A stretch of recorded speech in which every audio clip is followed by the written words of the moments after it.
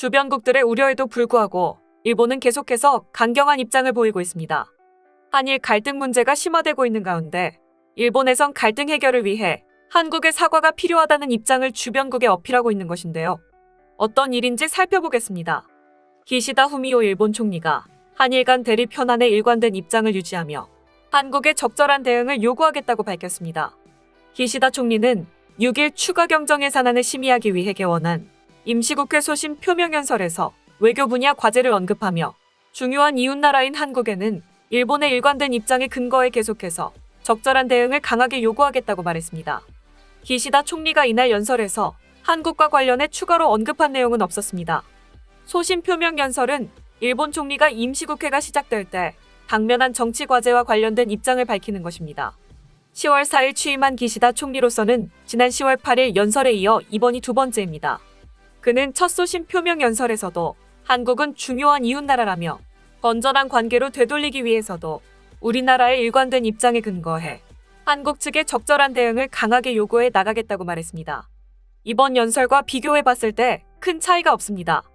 기시다 총리의 이번 연설은 강제징용 피해자와 일본군 위안부 문제의 옛전범 기업과 일본 정부의 배상 책임이 있다고 인정한 한국 사법부의 판단에 따르지 않겠다는 메시지를 재차 밝힌 것으로 풀이됩니다. 한국이 문제 해결에 나서기 전까진 계속해서 한국과 등을 치겠다는 겁니다.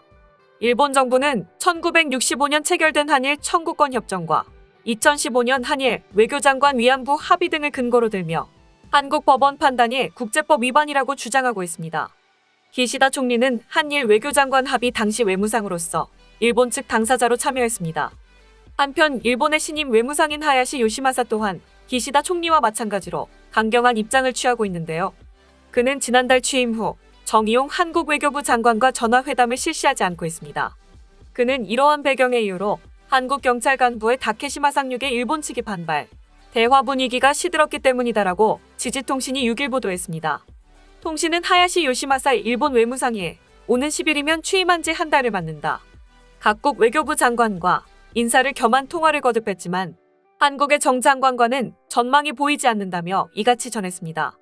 일본 정치인들 모두가 꽉 막힌 사고를 가지고 있다는 겁니다. 통신에 따르면 하야시 외무상은 지난달 13일 토니 블링컨 미국 국무장관을 시작으로 지금까지 15개국의 외교부 장관과 전화나 화상회담 형식으로 협의했습니다.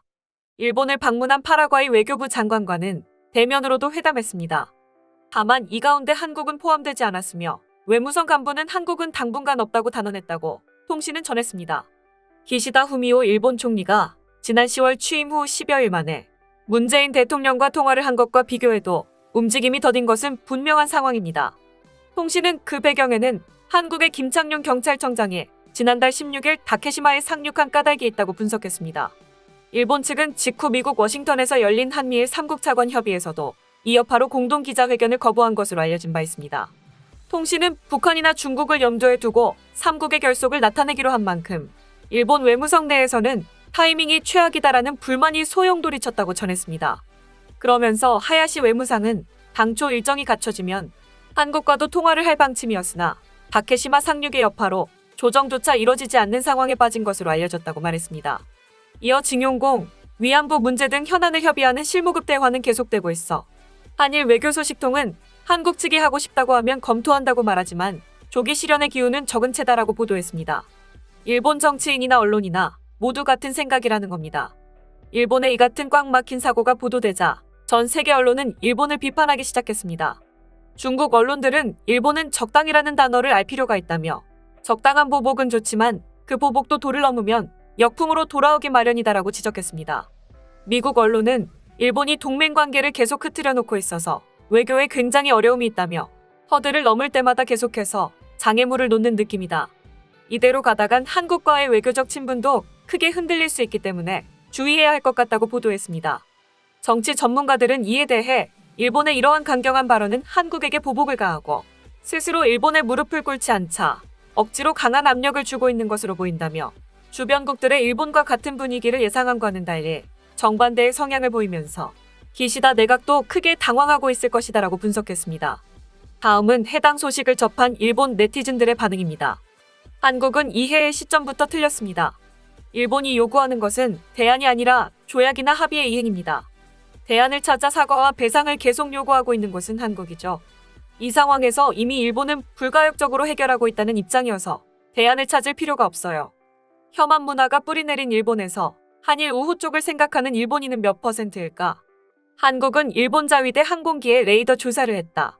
선전포고와 같은 의미에서 전쟁이 될 수도 있지.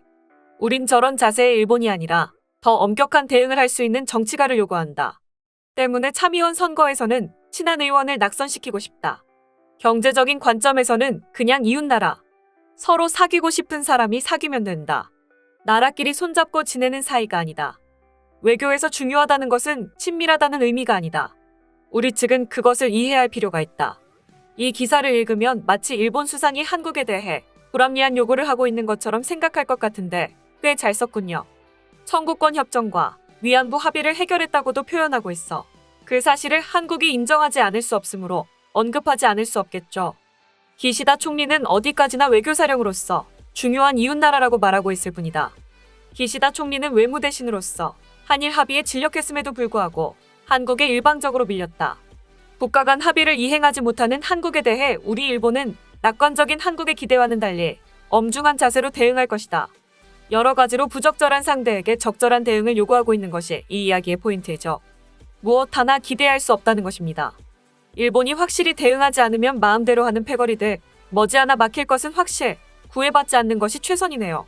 반일 정책을 하면서 죽도를 불법 점령하고 있는 나라가 중요한 이웃나라라도 아무리 일본이 양보해줘도 아무렇지도 않게 생각하는 나라와 의논할 필요가 있을까? 이웃나라라면 빨리 죽도를 돌려달라고 할 수 없을까? 적절한 대응을 계속 찾으며 살아갈 것이다. 몇 년째 적절한 대응을 하지 않는 이웃나라에 이런 자세를 취하는 건 뒷짐만 지고 구경하는 꼴입니다. 아베 정권 때 굳이 불가역적이라는 문구를 합의문에 넣은 것은 이 나라가 몇 번이고 약속이나 합의를 멋대로 바꿀 우려가 있었기 때문이다. 그런데도 결국 글은 쉽게 찢어버렸다. 당연히 믿을 수가 없다. 기시다가 중요한 나라라고 한 것은 신뢰하거나 칭찬이 아니라 요주의 국가라는 뜻이다. 분명 한국은 중요한 이웃나라다. 한국에는 적군의 공격과 침략의 방어선, 방패 역할을 맡기지 않으면 오키나와와 규슈가 최전선이 되니까 국제법과 약속 사항을 지키지 않을 때 우리가 할 일은 지원 및 협조를 하지 않는 것은 물론 보복 제재도 있다는 충고를 전할 뿐이다. 이젠 말로만 떠들지 않을 거야. 지금까지 한일 외교 관련 소식을 접한 일본 네티즌들의 반응이었습니다. 내용 유익하셨다면 구독과 좋아요, 알림 설정 꼭 부탁드립니다.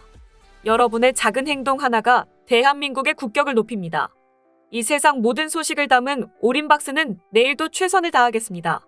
감사합니다.